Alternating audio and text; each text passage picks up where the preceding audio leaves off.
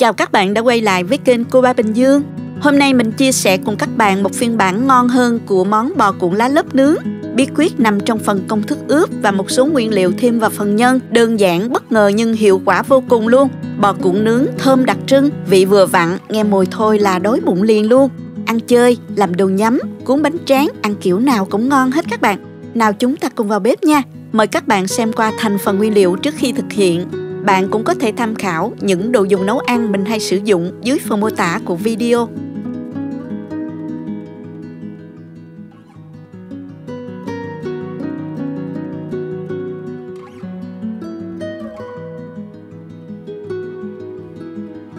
Đầu tiên mình sơ chế phần mỡ trước.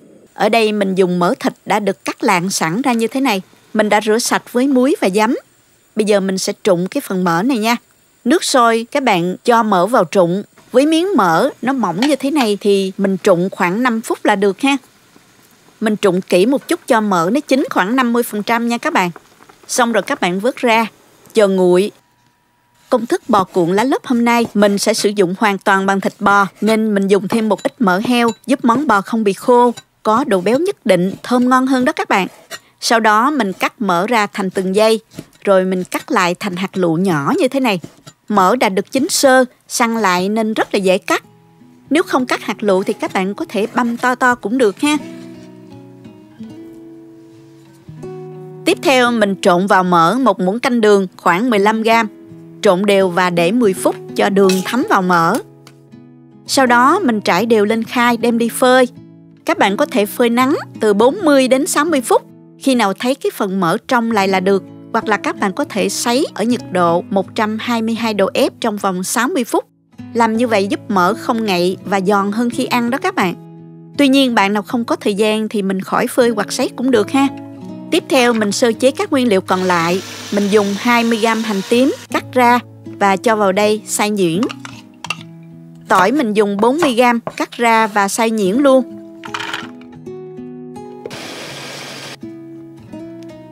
Mình dùng thêm một ít gốc hành lá băm nhỏ ra.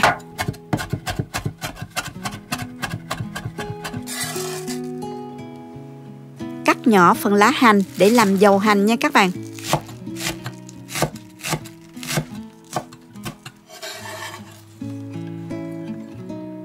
Phần sả cay thì mình bào mỏng phần non. Rồi cho vào cối xay luôn cho nhanh. Các bạn băm cũng được ha. Nhớ là băm cho thiệt nhuyễn nha, để khi mình ướp vào thịt ăn sẽ không bị sảm nha các bạn. Phần thơm này thì mình dùng khoảng 200g, băm nhỏ ra để mình làm nước chấm.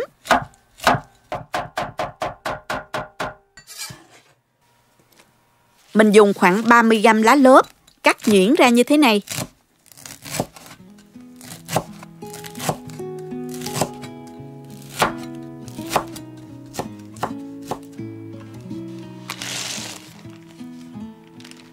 Còn đậu phộng rang thì cho vào bịch zip, giã bể sơ như vậy, rất là nhanh luôn. Tiếp theo mình sẽ phi cái phần tỏi này, cho dầu vào chảo. Kế đến mình cho một muỗng canh tỏi vào phi. Khi thấy tỏi gần chuyển vàng thì mình tắt bếp, cho ra rây. Nhớ là không phi quá vàng nha, tỏi sẽ bị đắng nha các bạn. Phần dầu này các bạn cho vào chén hành để làm dầu hành.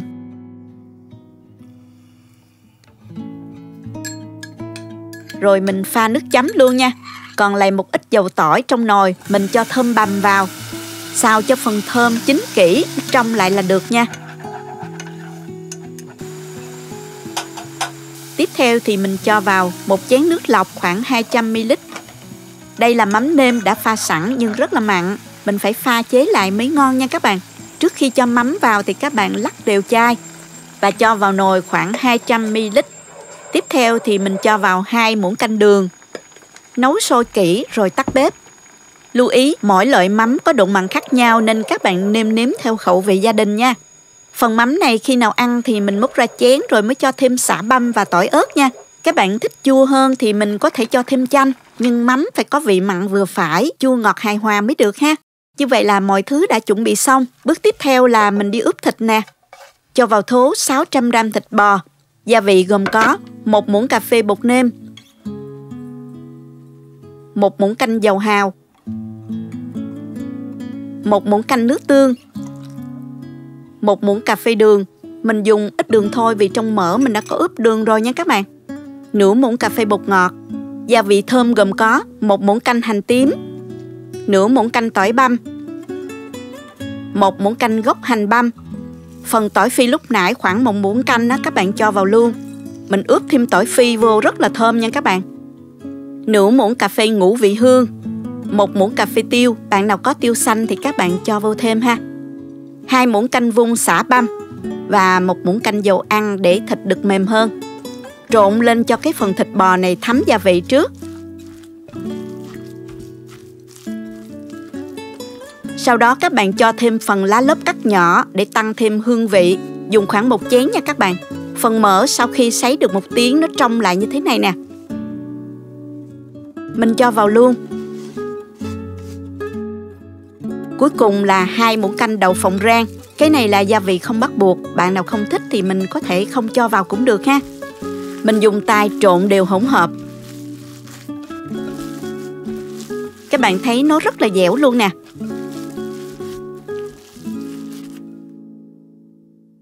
Cuối cùng bước cuộn rất là đơn giản.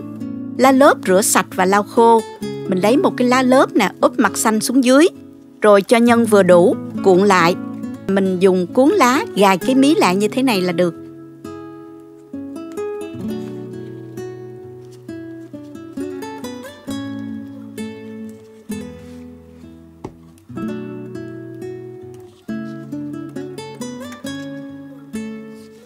Một cách nữa là các bạn cho nhân vào phía đầu lá, xếp hai bên và mình cuộn giống như là cuộn chả giò vậy đó.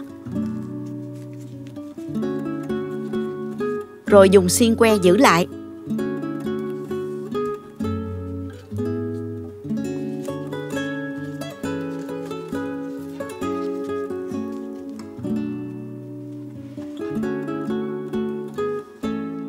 Hoặc là các bạn cuộn bình thường rồi mình xiên vào que, hay là mình xếp lên dĩ nướng luôn cũng được. Cách nào nhanh nhất thì mình làm nha.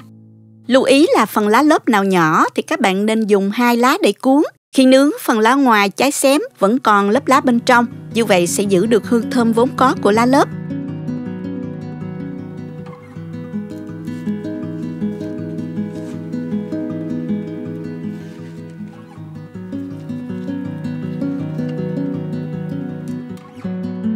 Mình cuộn xong rồi nè các bạn. Món này các bạn nướng trong nồi chiên không dầu hoặc là áp chảo cũng nhanh và tiện lắm. Nhưng hôm nay thời tiết mát mẻ nên mình ra vườn để nướng than nha. Nhiệt độ than cũng vừa phải, không quá nóng sẽ bị cháy háp nha các bạn. Trước khi nướng mình sẽ phết đều lên một lớp dầu ăn để phần lá không bị cháy. Đặt xiên lên vỉ và mình nướng thôi.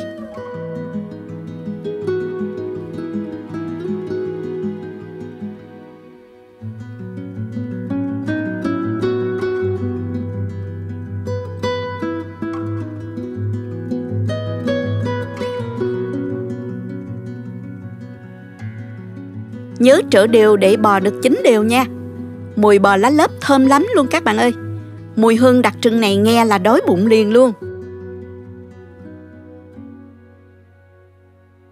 Có vỉ nướng rất là dễ trở nè. Khi nào các bạn thấy lá lốp héo và nhăn lại là bò bên trong cũng đã chín rồi đó.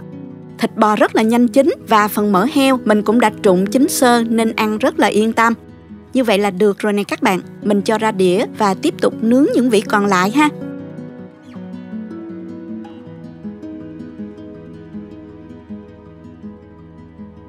Vỉ cuối cùng cũng đã được nướng xong rồi. Mình dùng ngay cho nóng nè. Mời các bạn cùng thưởng thức qua màn ảnh nhỏ.